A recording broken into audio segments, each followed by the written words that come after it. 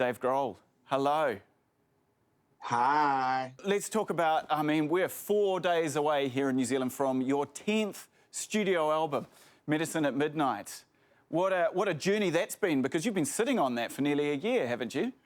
Yeah, we finished this album in February of 2020 with like great hopes of this 2-year-long world domination tour that we had booked. We were like, oh my God, okay, great. The album is done. T-shirts are pressed and folded and the trucks are packed with equipment. Like, let's go.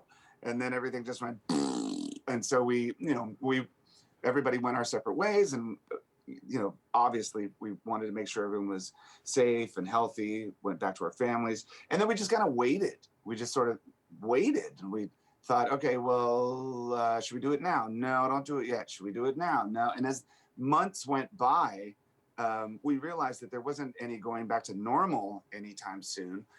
And I really started thinking about why we make records. Like, we don't necessarily just make them so we can hit the stage and go circle the planet a couple times. It's like, we're musicians that fell in love with music when we were young and started writing music to share with other people, because that really is the greatest reward, is to, write something and then let it out into the world so maybe other people connect to it or understand your emotion. And it's a big part of it. And the fact that the whole machine and all of that process that we're used to has been taken away, I was like, well, who cares about that? Like, we wrote this music for people to get down to. Yeah. So let's give it to them and just get down, So it feels great that it's actually finally happening.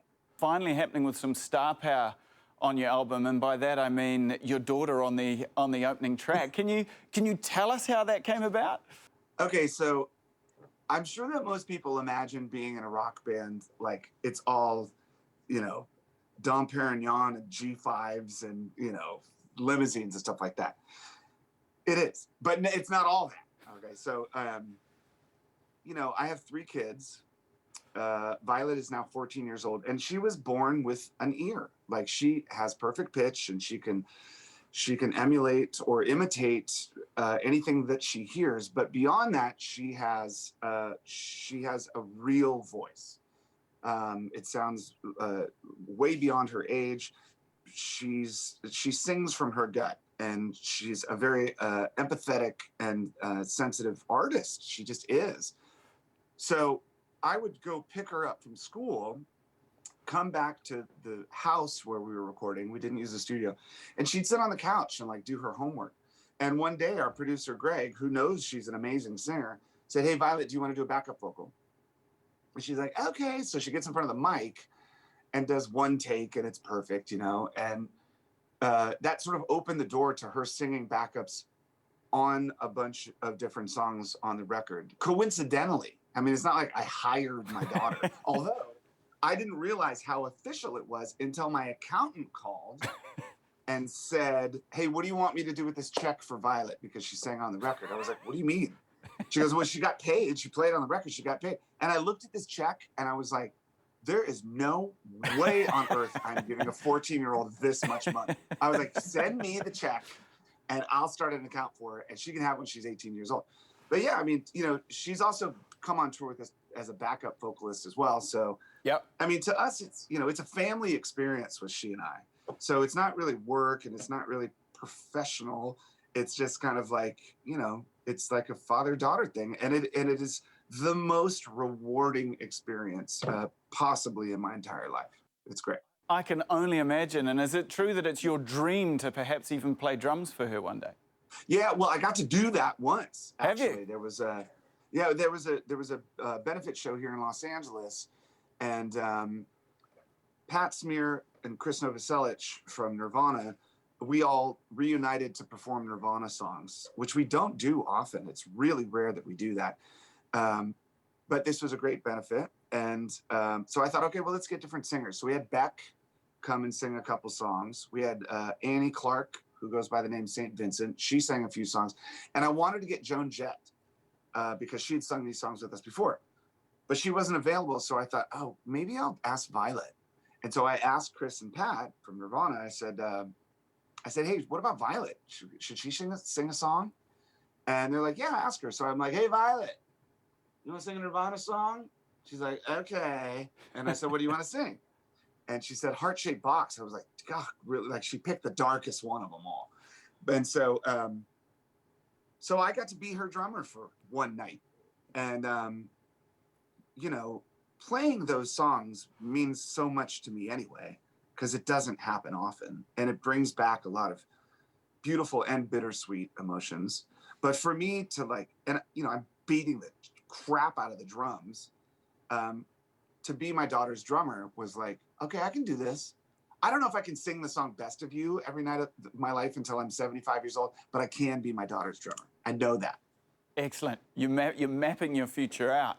Now, we have your daughters to thank for introducing you to Lord. Oh, yeah, that's right. Yeah, you know, I remember when Lord first started getting popular and you would hear that song on the radio. The thing that I loved about it so much was that it really stood out. Okay, obviously she's got a beautiful voice. The song, it was an obvious hit, but it was the message of the song and the content of the song that in like this sea of just like meaningless lyrical slop was this song by Stripper Lord. pop, And I believe you called it. It was. I mean, you know, it still is. But I mean, I thought, oh, here's a song I want my daughters to sing along to. Like, here's a song I want my daughters to connect with, because it was the messaging. You know, it was like, and as beautiful a song as it was, to me, the core of that song was what it said, and I hoped that that was a song my daughters would listen to, and they did. And I was, you know, I was incredibly thankful for Lord. Yeah. I still am. Well, you paid thanks in a fantastic way by inviting her along to perform All Apologies at the induction in 2014, and we like to hang on to the fact that that's a little bit of you connecting with a great New Zealander here. You know, here's the way I look at music. Honestly, I look at music and musicians as a community. I really do. I was raised outside of Washington, D.C. I started playing music in the early 80s in the underground punk rock scene there. There was no like career aspiration for anyone. We were just doing it because we loved our friends. We loved the small scene. It was a community. You helped out your fellow musician if they needed a guitar, if they needed a ride, if they needed an amp.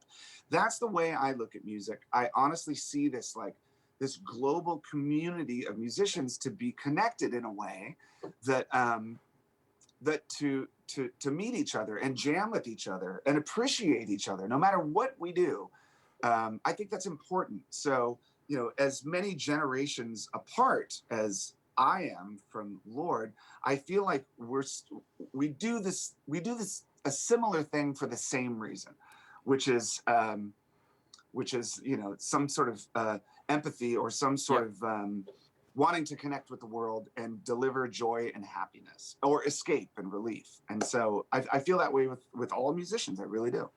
Yeah, let's just talk about that from a personal perspective of where you're sitting at the moment, because you're right. You left school at 17 to follow the rock and roll dream. It's not just something that you do. It's part of you. And if you're writing a list of rock and roll, Dave Grohl is in that list.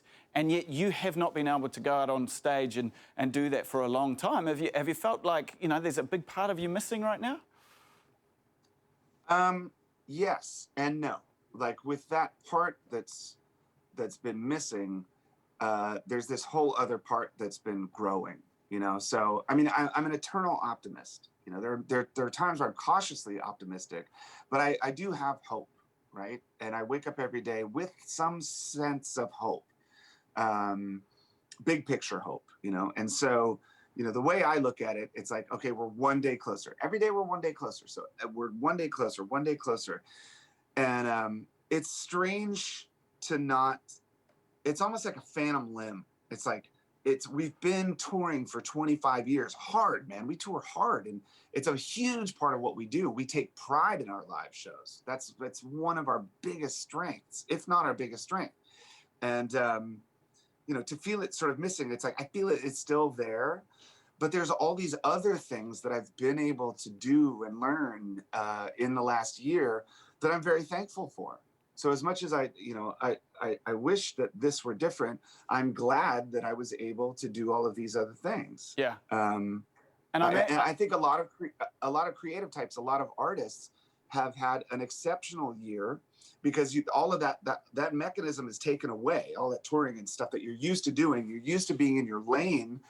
And I started getting emails from all these people, different musicians that you would not expect want to jam with me, have emailed me and said like, hey dude, let's get weird. Let's do a side project. I'm just sitting at home. And to me, that's what a creative mind should and would do. Yeah. It's like, okay, adapt to this weird situation and get weird and make something cool. And that's what happens. Nice. Not to mention the just the ability for the girls to have dad around a little bit more as well. I imagine that's a two-way reward system. I mean, and then there's the same, there's part of them, I'm sure it's like, wait, is the pandemic over? Because you should go on tour. You've been at home too Get back to work, Dad. Like, come on. Like, call Dr. Fauci. Get him on this. Get out on the road. Please go. Oh, fantastic. Okay, talk me through it, Dave. There you are. The pandemic's done. The internal optimism has worked. We're on the other side of this. Your side of stage, the warm-up act's played, the lights are going down, they're chanting your name, the stage manager's given you the nod, and you're walking back out onto that stage. How's that going to feel? Talk me through that moment. First of all, you perfectly described the dream I've been having once a week for the last year. Okay, that's a recurring dream that I have. Exactly that. Here's what I would imagine. I would imagine that the house lights go out, the people go nuts, I walk out on stage, and I tell the lighting guy to turn the house lights back up because I want to see everybody. Like, I haven't seen you in a year and a half, however long it's been. I want to see each other. And let's just sit there and stare at each other for 3 minutes, face to face to face. Let's do that first. And then I'll start playing a song. Beautiful. And it'll be a song that we can all sing along to. And to have that feeling back again, it'll be the most cathartic, rewarding reunion. And then we'll just blast off and play another 2.5 hours. I mean, like, for me, it's like, I imagine like that slow motion, two lovers reuniting in a field of dandelions. They collide in this amazing embrace. That's kind of how I see it. I can feel, man, I don't know. The little hairs on the back of my neck stood up just hearing you talk through that. Now, I've got artists and promoter friends here, and they've talked of the incredible energy coming out of lockdown and what that means on stage. So I can only imagine what it's like for an act that once caused an earthquake here in Auckland that registered on the seismic charts, what that's going to mean for fans around the world. Dave, I'd love to keep chatting about, fathering lockdown tips going into the future, but we've got to wrap this up. So let's just sign off and say, let's see each other in person soon. Let's see you staring into the eyes of your New Zealand fans sometime soon so that we can make some of that magic happen. There it is. That's the look we're looking for. That's exactly what I'll look like when I come on a series. I cannot wait to see everyone again. And obviously, we've had a very special relationship with New Zealand for 25 years. And, from playing, what was that place? It was like a big circus tent. The Big Top. What was it? You played the little, top, the Big Top, yeah. Still to this day, the loudest audience reaction I've ever experienced in my entire life. And our road crew too. Like, when the audience went, wow, it made your ears like tremble like a kazoo. It was insane. I'm not kidding. It's like to this day. And the fact that we triggered a seismic event. Yes. We have that readout on the wall at our studio. Brilliant. So there aren't too many places that can brag of both of those things. Like, one of them would be enough. But both of those things happened in New Zealand. So believe me when I say, the second that someone offers me a plane ticket to come do a show there, I will be there. And I can't wait.